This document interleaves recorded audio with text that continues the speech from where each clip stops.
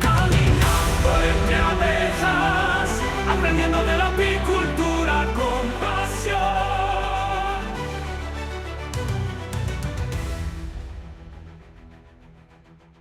La apicultura nos evoca imágenes muy concretas, ¿verdad? Sí. Campos de flores, el zumbido de las abejas, la miel, esa postal idílica. Pero claro, antes de llegar ahí hay una fase previa, una mucho más terrenal, más ruidosa, la de preparar el terreno. Y aquí, a ver, si pensamos en los riesgos de un apicultor, ¿qué es lo primero que se nos viene a la mente? Las picaduras. Casi todo el mundo piensa en eso. Exacto. Y ese es precisamente el punto ciego que exploran las fuentes que analizamos hoy. Nos muestran que el apicultor tiene como una doble identidad. ¿Doble identidad? ¿A qué te refieres? Pues que durante meses es como un ganadero de precisión, ¿sabes? Atento al detalle más mínimo de la colmena. Pero durante la preparación del asentamiento se transforma en otra cosa. En un operario forestal casi, un trabajador de la construcción. Ah, claro.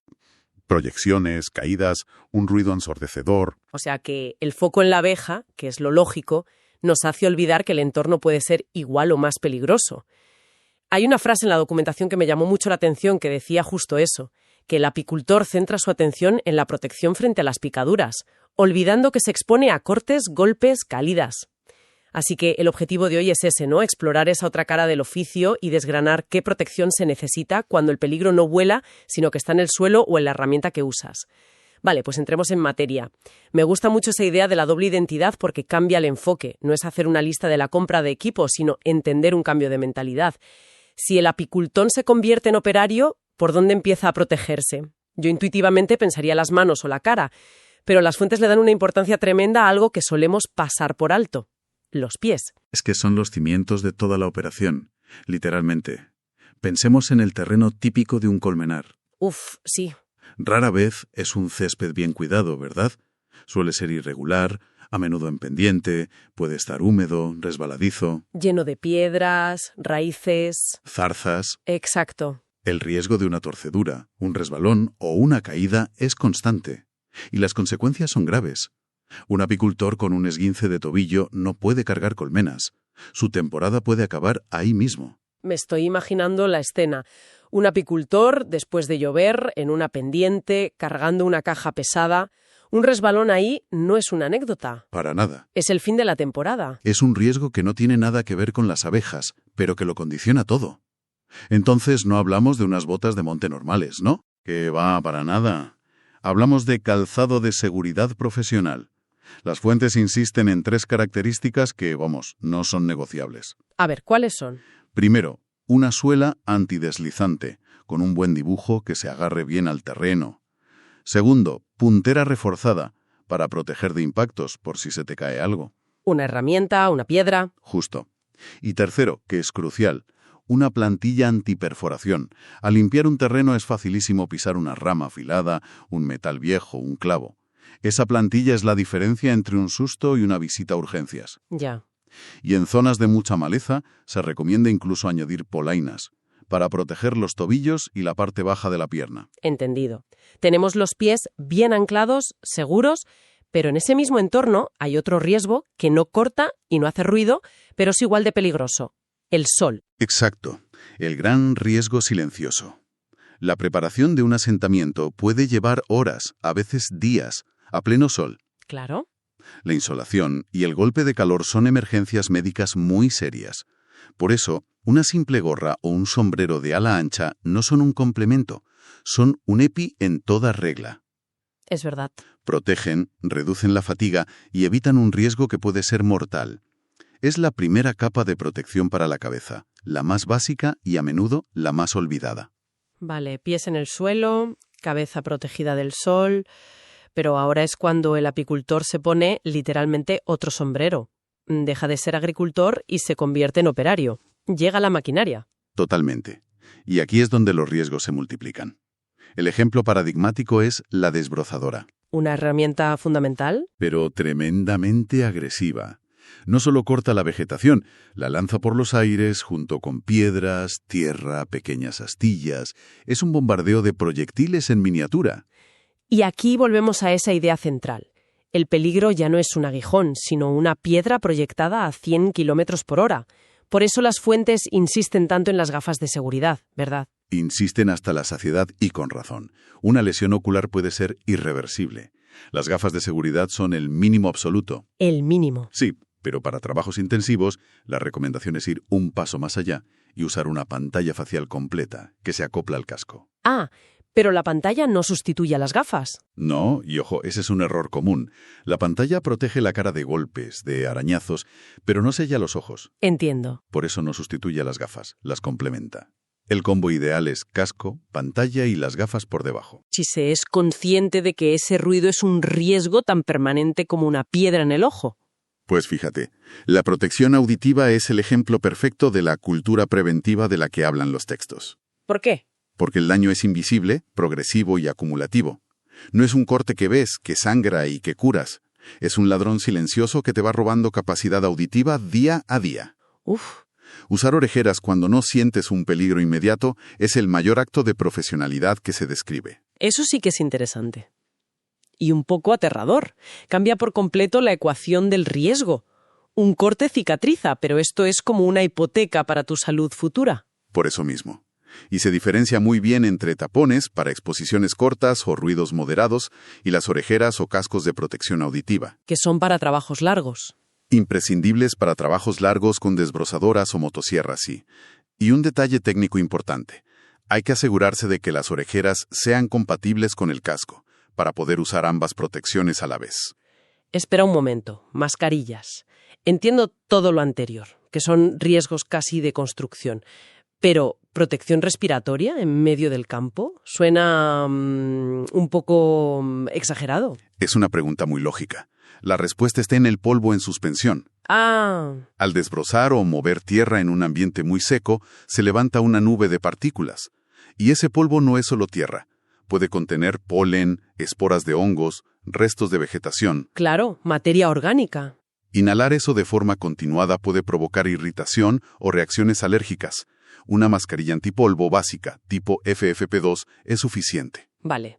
No es para siempre, pero sí en condiciones secas y polvorientas. Exacto. Es una medida muy sensata en esos casos. Vale, me convence.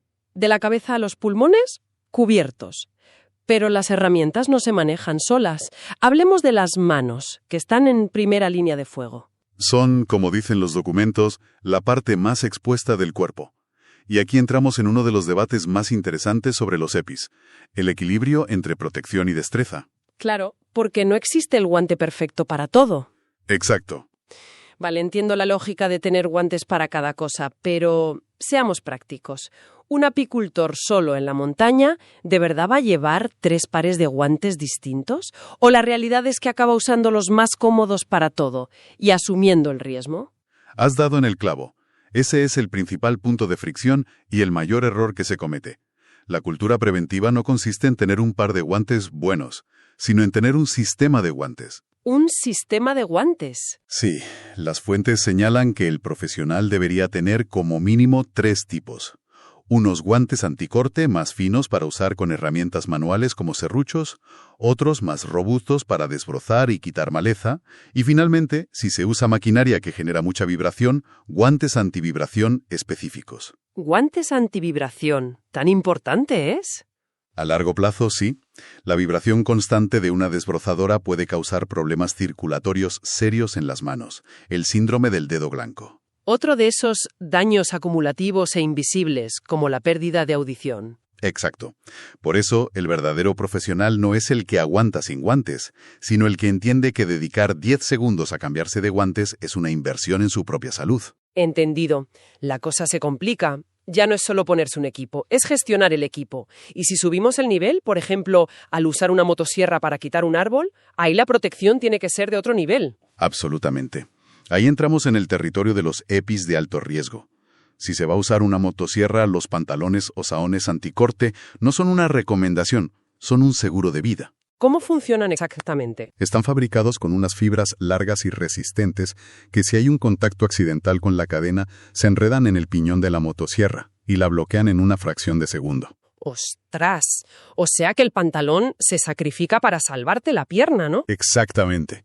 Es una tecnología increíble. Y lo mismo con la ropa del resto del cuerpo.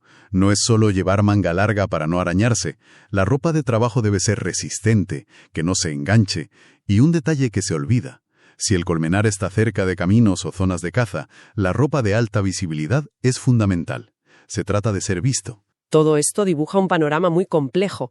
Hemos hablado de la preparación del terreno como si fuera una obra, pero ¿qué pasa con las abejas mientras el apicultor está con la desbrozadora a todo trapo a 20 metros? Esa es la pregunta del millón. Y es donde las dos identidades del apicultor, el operario y el ganadero, chocan. Me imagino que lo ideal es hacerlos sin colmenas cerca. Sí, lo ideal es hacer estos trabajos pesados antes de instalar las colmenas, o en épocas de muy baja actividad. Pero eso, no siempre es posible. ¿Y cómo se gestiona ese caos? Me imagino las abejas saliendo en modo defensivo total. La clave es la planificación. Primero, evitar las horas de máxima actividad. Mejor trabajar a primera o última hora del día. Segundo, la ropa. Colores claros siempre, que son menos amenazantes para ellas. Ajá. Y tercero, hay que evaluar si es necesario usar el traje de apicultor, o al menos el velo, incluso para desbrozar. Si el ruido y la vibración van a ser intensos, es una precaución más que razonable. Se trata de protegerse del riesgo industrial sin olvidar que estás trabajando junto a 1 millón de insectos. Justo. Entonces, no basta con tener todos estos EPIs en la furgoneta. Hay que saber cuándo y cómo usarlos y además mantenerlos bien. Exacto. Tener el equipo es solo el primer paso. El segundo es su mantenimiento. Un equipo dañado o sucio pierde su eficacia. Claro. Las pautas son sencillas. Limpiar los equipos, revisarlos en busca de daños, un guante anticorte con un agujero ya no sirve, y almacenarlos correctamente en un lugar seco y protegido del sol. Porque un EPI mal conservado da una falsa sensación de seguridad. Que es lo más peligroso que hay. Al final, todo vuelve a esa idea de la cultura preventiva, ¿no? No es una lista de reglas, es una forma de pensar. Es entender que cuidarse a uno mismo es la primera tarea para poder cuidar de las abejas. Has resumido la filosofía a la perfección. Las fuentes usan un argumento que me parece demoledor por su lógica. Un apicultor lesionado no puede atender sus colmenas. Es una inversión, no un gasto. Es una inversión directa en la viabilidad de la explotación. La seguridad del apicultor y la salud de sus abejas no son dos cosas separadas, están íntimamente ligadas. Y esta selección de equipos debe ser racional, claro, adaptada a la realidad de cada uno. En resumen, si tuviera que quedarme con una idea de todo este análisis, sería que hemos desmontado el mito del riesgo único en la apicultura. La seguridad va muchísimo más allá de las picaduras. Implica ser consciente de que por momentos el colmenar se convierte en una zona de trabajo industrial, con riesgos industriales. Y asumir esa doble identidad, la de ganadero y la de operario, usando la protección adecuada para cada faceta, es lo que define a un profesional. Exacto. La protección contra las abejas es una parte. La protección contra el entorno y las herramientas es la otra mitad, la que garantiza que pueda seguir haciendo la primera. Y esto nos deja con una reflexión final que va más allá de la apicultura.